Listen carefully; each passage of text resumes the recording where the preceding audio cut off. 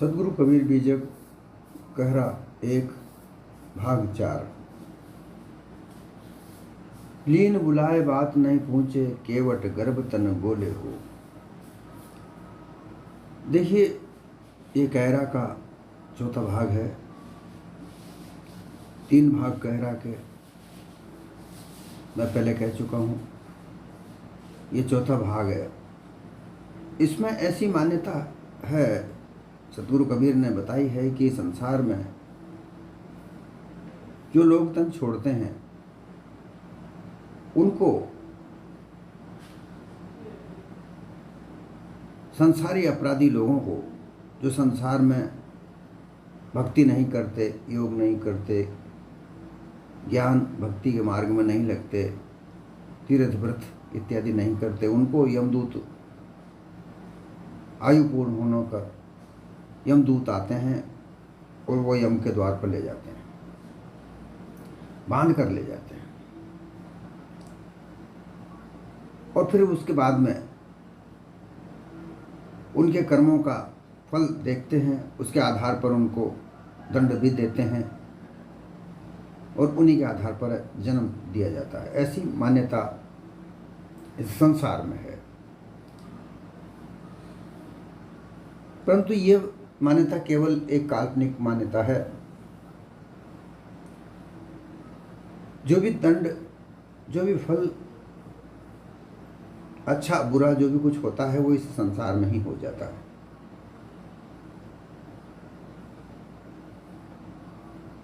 हम सब जानते हैं कि मानव का जन्म होता है, वो बच्चा होता है, छोटा सा शिशु होता है, बालक होता है, फिर वो किशोर होता है, जवान होता है, बूढ़ा होता है, अंत में वो देह छोड़कर चला जाता है। अब इसके बाद वो कहीं गया या नहीं गया, या कहीं गया, किस योनि में गया, इसका कोई अता पता हमको नहीं लगता, ना ही किसी ने हमको बताया है। परंतु ये ब्राह्मणवाद की कल्पना में सारा संसार बंधा पड़ा है। ऐसी मान्यताएं इस संसार में हैं कि वो कहीं यमलोक में जाता है, जहाँ उसका कर्म फल देखा जाता है,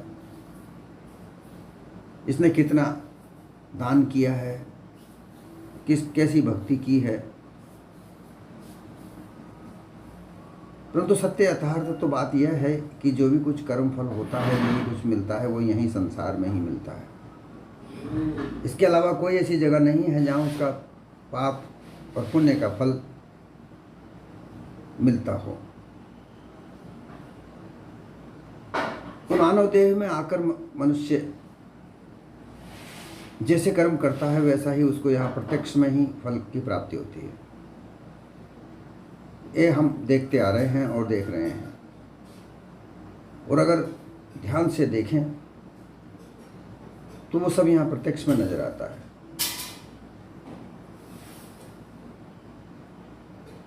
परंतु ये काल्पनिकता इतनी हमारे हृदय में बैठी है कि हम किसी और बात को मानने को तैयार नहीं हैं, विचार करने को तैयार नहीं हैं, और झूठे लोगों का संग करते हैं, छल कपट पाखंड करने वाले लोगों का साथ करते हैं, उनके भुलावे में आते हैं, उनके झांसे में आते हैं और सच्चा रास्ता नहीं पकड़ पाते हैं।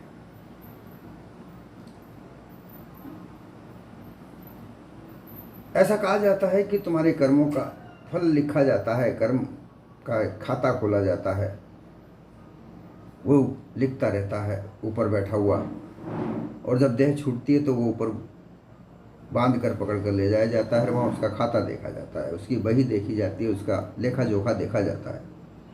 ऐसा कुछ नहीं है। जो भी कुछ होता है वो यहीं पर होता है। दुख सुख कर्मों के अनुसार यहीं प्रत्यक्ष में ही मिलता है। इसलिए हमें ये सोचना चाहिए कि दुख सुख हमारे कर्मों के आधार पर हमको यहीं पर मिलते हैं। सत्य यथार्थवाद रास्ते पर चलकर व्यक्ति साधारण जीवन जिए, सच का आधार माने, कभी झूठ न बोले, हमेशा सच बोले, संसार के कार्यों को करने के लिए विचार पूर्वक उस पर विचार करे पूरी तरीके से संतुष्ट होने के बाद उस कार्य को करे। फिर विचार करने के लिए धैर्य धारण करे, बिल्कुल सहजता से उसका विचार करे, संतोष धारण करे। जैसे अपनी सामर्थ्यता है, हमारे पास जितना धन है, जैसी हमारी सामर्थ्यता है, जैसा है उसके आधार पर उस कार्य को करे। दिखावे में ना आए, छल कपट पाखंड ना अपनाए। ऐसा करता हुआ अगर वह ज्ञानी गुणी जनों की संगत करके, संतों का संगत करके अगर इस जीवन में अपने आप को गुणीन बनाता है, अपने शरीर में, अपने आत्मा में वो गुणों का प्रवेश कराता है, अपने जीवन में गुण भरता है, तो गुण से ही सब उसको यथार्थ रूप का रास्ता मिलता जाता है। अन्यथा ये देह अभिमान करके, योग क्रिया करके, ब्रह्म ज्ञान को सीख कर, आत्मज्ञान को सीख कर, ये कल्पनावादी ज्ञान है। इनको न सीख कर मानव अगर अपने आप की पहचान करे और अच्छी से अच्छी शिक्षा ग्रहण करे, अपने आप को किसी कार्य करने के योग्य बनाए, ये उसकी क्षमता पर आधारित है कि उसकी बुद्धि कितना कार्य करती है। वो उसमें आगे बढ़े, अपनी क्षमता का वर्धन करे,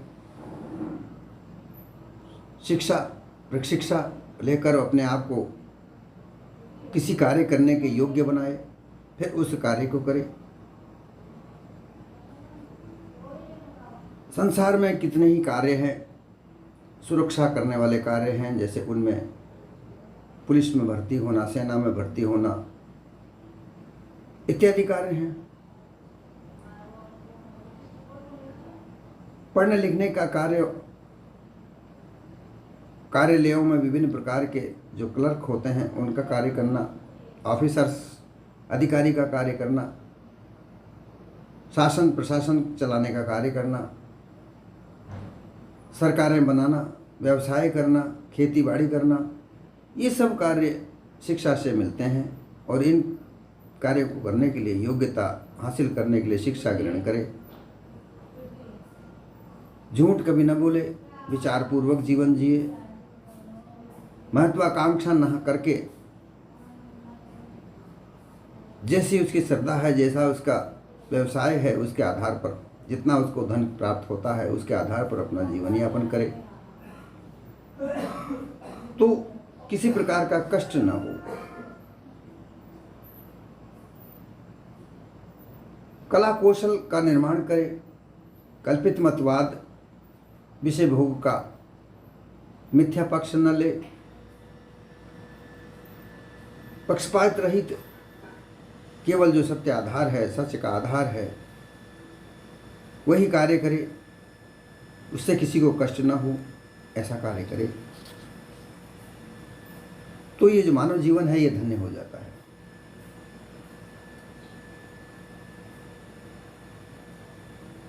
संसार की वासनाएं, भोग इच्छाएं, ये मानव को दूषित करती है, विचारों को दूषित करती है। अच्छे से अच्छे भोग पदार्थों को प्राप्त करने की इच्छा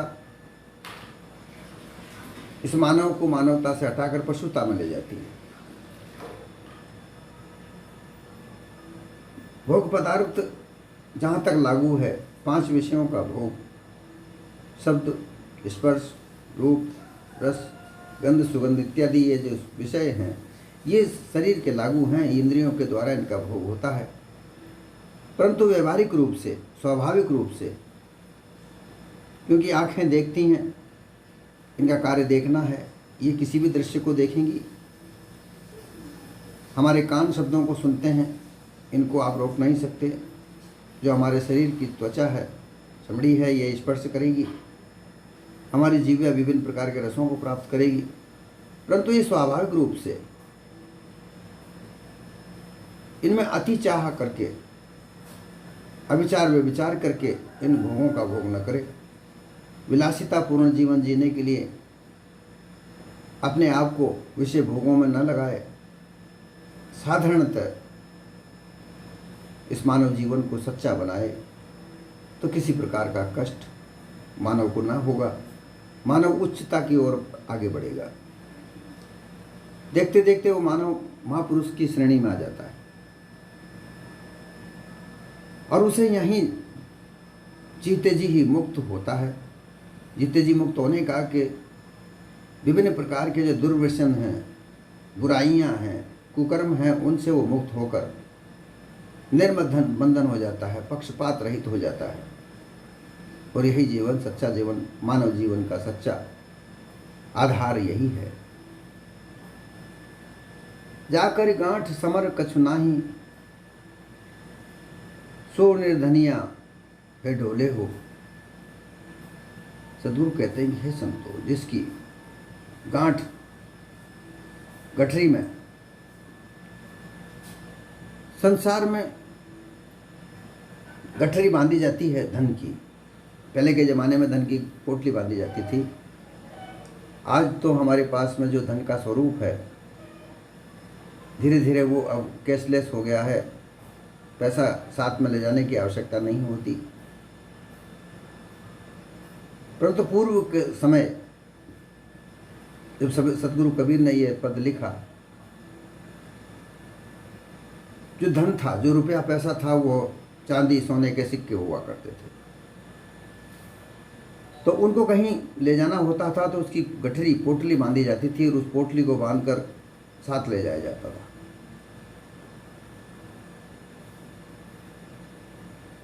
तो सदगुरु कहते हैं कि जो पोटली है, धन पोटली, अर्थात जो ज्ञान रूपी धन की पोटली है, वो तो कुछ है नहीं। देखिए, यहाँ पर ये बात समझने की आवश्यकता है कि जो धन है, जो रुपया पैसा है, ये मानव जीवन के लिए अत्यंत आवश्यक है, परंतु यही सब कुछ है ये नहीं, क्योंकि इसका प्रयोग महत्वपूर्ण है। धन कमाना हर बात कर सकता है। कहा है, सत्संगत और हरि कथा तुलसी दुर्लभ दोए, सुत दारा और लक्ष्मी ये तो पापी के भी हुई। सुत बोलते हैं पुत्र को, दारा बोलते हैं स्त्री को, और लक्ष्मी बोलते हैं धन। ये तो पापी भी कर सकता है। पाप करने वाले लोग भी धन इकट्ठा कर सकते हैं, स्त्री पुत्र इत्यादि उनके परिवार भी होते हैं। परंतु सत्संग और हरि कथा अर्थात ईश्वर की कथाएं सुनना, ये हरि कथा है। सत्संग करना अर्थात सत्य के आधार पर जीवन को बनाना, ये सत्संग है। ये दुर्लभ है। ये ज्ञान रूपी धन है। इस ज्ञान रूपी धन के लिए सतगुरु कह रहे हैं कि ज्ञान रूपी धन की हमारी पोटली में ज्ञान रूपी धन तो कुछ है नहीं, उसके बगैर सभी दरिद्र है। अर्थात ये मानव ज्ञान के बगैर पशु के बराबर है। पशुता से मानव को अलग करने का जो कारण है वो है धन। धन कौन सा? ज्ञान। ज्ञान रूपी धन जो है वो पशुता से हमको अलग करता है। पशु योनि में ज्ञान नहीं है। और दूसरी बात, वाणी नहीं है। पशु वाणी से, उनकी एक ही वाणी होती है, वो उसी से सब कुछ करते हैं। परंतु मानव की तरह वाणी के द्वारा अपनी बात को कहना, अपने दूसरे की किसी बात को सुनना, दुख सुख का वार्तालाप करना, ये सब मानव योनि में ही है। और धन अर्थात ज्ञान धन जो है वो पशुता से अलग करता है। तो जो ज्ञान धन इकट्ठा करना है वो महात्मा पुरुषों के साथ लगे, शिक्षा ग्रहण करे। क्योंकि शिक्षा और दीक्षा दो प्रकार की होती है। शिक्षा होती है जिसमें 14 प्रकार की कलाओं को सीखने की शिक्षा होती है। पहली क्लास से लेके MA BA PhD की डिग्री लेना, ये शिक्षा है। फिर प्रशिक्षा, विभिन्न प्रकार की कौशल को सीखना। कोई इंजीनियर बनता है, कोई डॉक्टर बनता है, कोई वकील बनता है, कोई बड़ा बड़ा मैकेनिक बनता है, कोई मिस्त्री बनता है, कोई कारीगर बनता है, कोई खाना बनाने वाला बनता है, कोई भी वस्त्र सीने वाला बनता है। ये सब कार्य जीवन में काम आने वाले कार्य हैं। इनको सीखकर अपनी कौशलता निर्माण करता है और उस कौशल के आधार पर वो धन कमाता है। परंतु उस धन को कैसे खर्च करे, ये ज्ञान रूपी धन उसको बताता है। अगर वो धन नहीं है तो विषय आसक्त में होकर उस धन को विषय भोगों में खर्च करता है, जो किसी प्रकार का न्याय संगत नहीं है। ऐसे धन खर्च करने से वो जो मानव है वो पशुता से ही ग्रसित रहता है। जिन समयुक्ति अगमन के राखिन धरन मत्स्य भरी भैरी हो।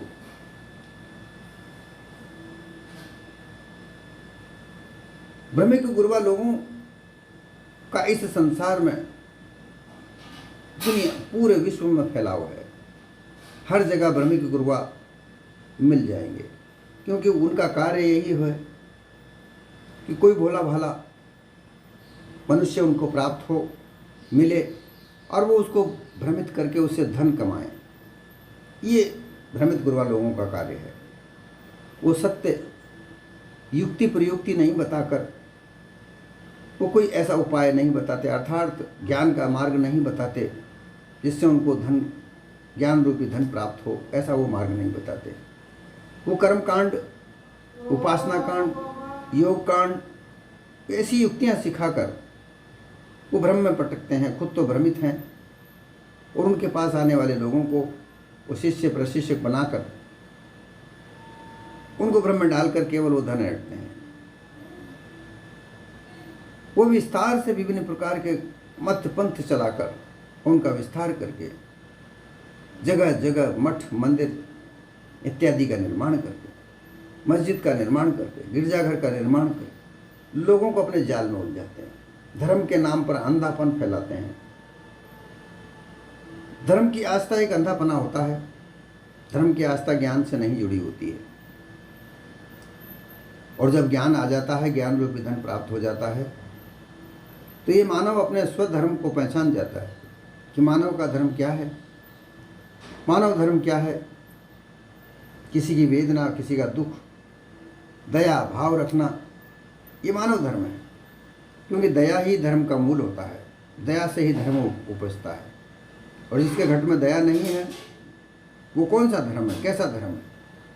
किसी प्रकार का धर्म नहीं। जबरदस्ती से किसी को कोई धर्म को मानने के लिए परेशान करना, मारना, पीटना, कत्ल कर देना, ये कोई धर्म की बात नहीं होती। धर्म दया से उपजता है, और जब तक घट में दया नहीं है तब कोई धर्म नहीं हो सकता। इन गुरुआ लोगों ने अपने जाल को फंसाने के लिए, अपने धर्म अंधता को फैलाने के लिए विभिन्न प्रकार के शास्त्र लिखे, जिसमें वेद, पुराण, शास्त्र, गीता, कुरान, इंजिल, बाइबल, ये विभिन्न प्रकार के जो शास्त्र हैं, सब काल्पनिक ग्रंथ हैं जिसमें ईश्वर की बात कही जाती है।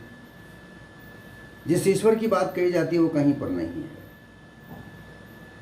कहीं अन्य दूसरी जगह नहीं है। अगर वो है तो इस मानव के हृदय में ही है, जिसे खोजने के लिए संतों का संग करने की आवश्यकता होती है। किसी शास्त्र को ग्रहण करने, पढ़कर सीखने से वह ईश्वर प्राप्त नहीं होता, उपासना से वो प्राप्त नहीं होता, कर्मकांड से वो प्राप्त नहीं होता, योग कांड से वो प्राप्त नहीं हो सकता, ब्रह्म ज्ञान से वो प्राप्त नहीं हो सकता।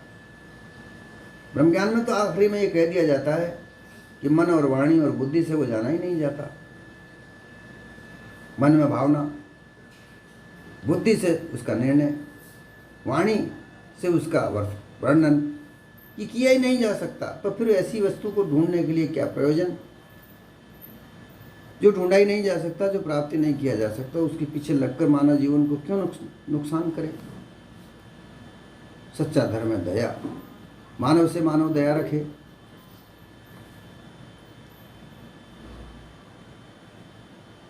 तो कहते हैं कि अपने स्वार्थ सिद्धि के लिए विभिन्न प्रकार के मत पंथों का निर्माण करके ये गुरुआ प्रपंची अबोध जीवों को फंसाने के लिए विभिन्न प्रकार के रास्ते बनाए हैं, मत पंथ बनाए हैं। इसमें ज्ञान नहीं है। जिस तरीके से मछली पकड़ते हैं, ढीमर मछली पकड़ता है, जैसे कि पहली लाइन ही इसी की इस कह राखी है भीमर जिस तरीके से मछली पकड़ता है, वो जाल फेंकता है, देखता है कि मछलियाँ यहाँ झुंड में घूम रही हैं, वो उसी जगह पर अपना जाल फेंकता है और विभिन्न मछलियों को पकड़ता है।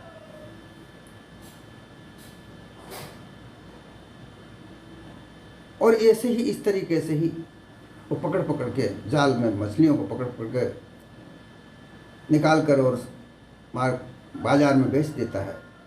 इसी तरीके से गुरुआ प्रपंची लोग अपनी जाल फंसाते हैं, उस जाल में लोगों को उलझाते हैं और फिर उनको रोचक भयानक और ज्ञान को सुना कर उनको उलझाकर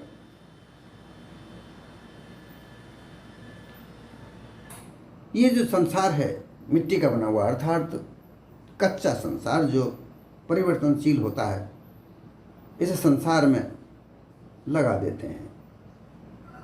परंतु ये नहीं भेद नहीं बताते कि संसार परिवर्तनशील है, आज ऐसा है कल ऐसा नहीं होगा, बदल जाएगा। और ये तन मिट्टी का बना हुआ है, ये मिट्टी की देह कभी समाप्त भी हो जाएगी। जब तक ये देह है तब तक सत्य यथार्थ मानव धर्म पर चलने का कार्य मानव का है, ये वो नहीं समझाते। सच्चा रास्ता है विषय आसक्ति से अलग रहे। विषय भोग जब तक व्यवहारिक रूप से हैं तब तक वो भोग नहीं कहलाते, परंतु भोग ही उनकी विकार है। विषयों का जो भोग आसक्ति उनमें विकार है। विकार रहित तो भोग आसक्ति नहीं हो सकती। मनुष्य को भूख लगती है, भूख लगने पर खाना खाया जाता है। मनुष्य को स्त्री या स्त्री को मनुष्य को पुरुष का भोग होता है, ये सृष्टि रचना के लिए है, इसमें आसक्ति नहीं। आजकल दो ही वस्तुएं ज़्यादातर परेशान हो रही हैं, मानवता से मानवता को अलग कर रही है, वह है भोग वासना। और ये भोग वासना में ज़्यादातर धन खर्च किया जा रहा है, धन कमाने की होड़ लगी हुई है। उसमें ये नहीं देखा जा रहा है कि धन कमाने का रास्ता कौन सा है। छल कपट पाखंड धोखे से धन कमाया जा रहा है। खर्च कहाँ किया जा रहा है? भोगों में खर्च किया जा रहा है। इसलिए आए दिन हम देखते हैं छोटी छोटी बच्चियों के साथ व्यभिचार हो रहा है, दुनिया भर के हत्याएं हो रही हैं, दुनिया भर के धोखे जो बढ़ रहे हैं, अपराध बढ़ रहे हैं। उनका मुख्य कारण यही है कि लोग भोग आसक्ति में लगे हुए हैं। जेकर हाथ पांव कछु नाही, धरण लागते ही सो हरि हो।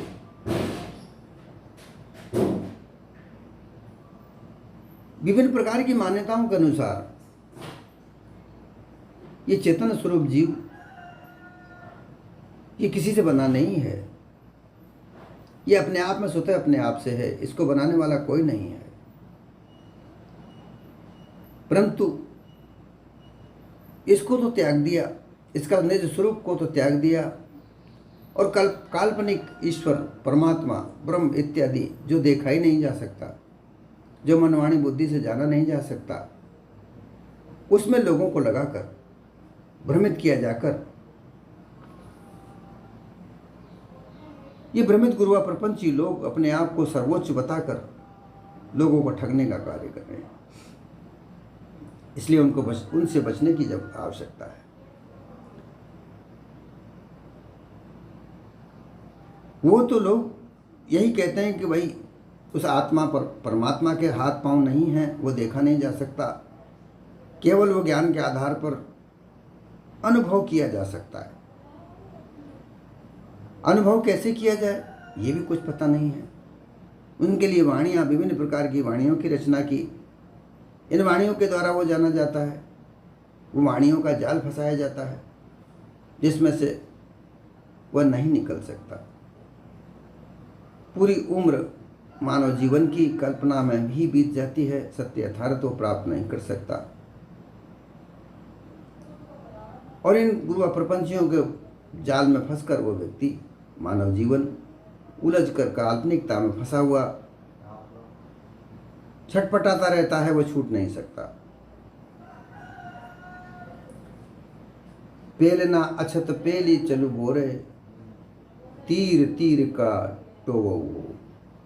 पेलना छोटी नाव,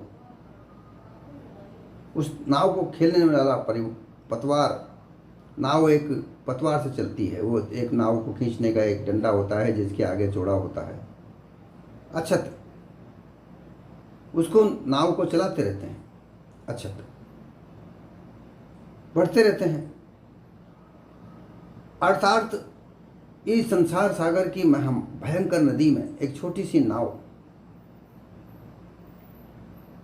कहते हैं कि ये भक्ति रूपी नाव है, ये हरि नाम की नाव है, ये ब्रह्म ज्ञान का नाव है, इसमें बैठकर धीरे धीरे पार हो जाओगे।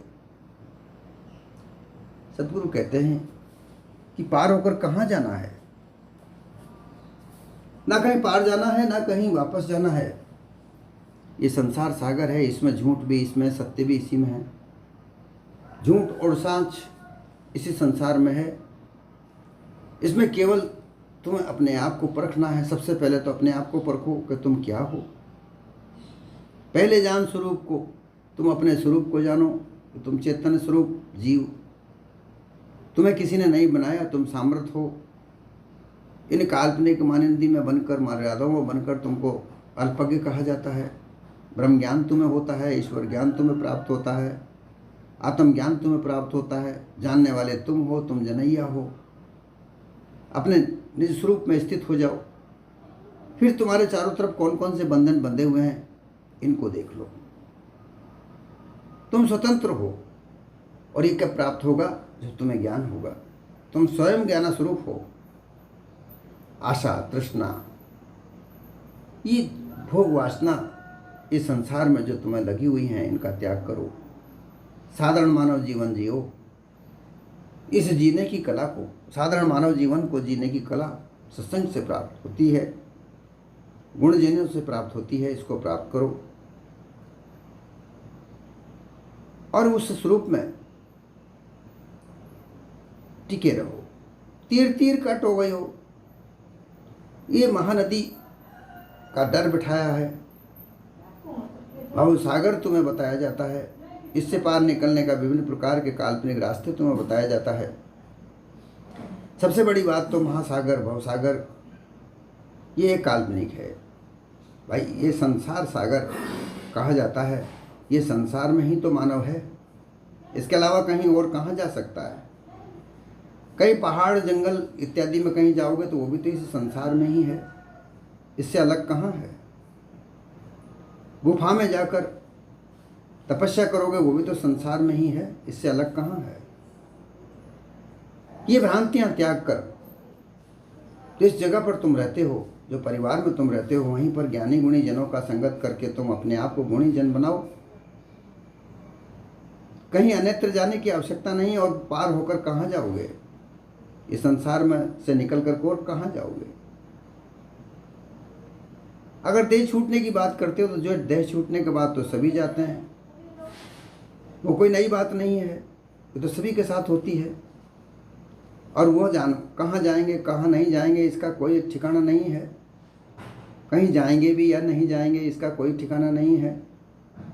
जो भी कुछ है हमारे जन्म और मरण के बीच की बात है। बस इसे जान जाओ।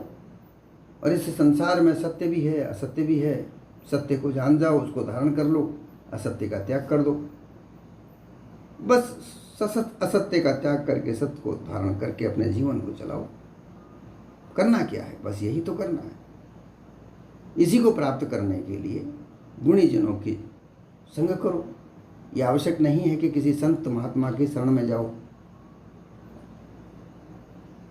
संत के अलावा बहुत से ऐसे विद्वान हैं जो अपने आप को वेद धारण नहीं करते, लेकिन गुणीजन हैं, अच्छे गुणवान हैं, ज्ञानवान हैं, गृहस्थी में रहकर अपना जीवन यापन करते हैं। ऐसे लोगों की संगत करो।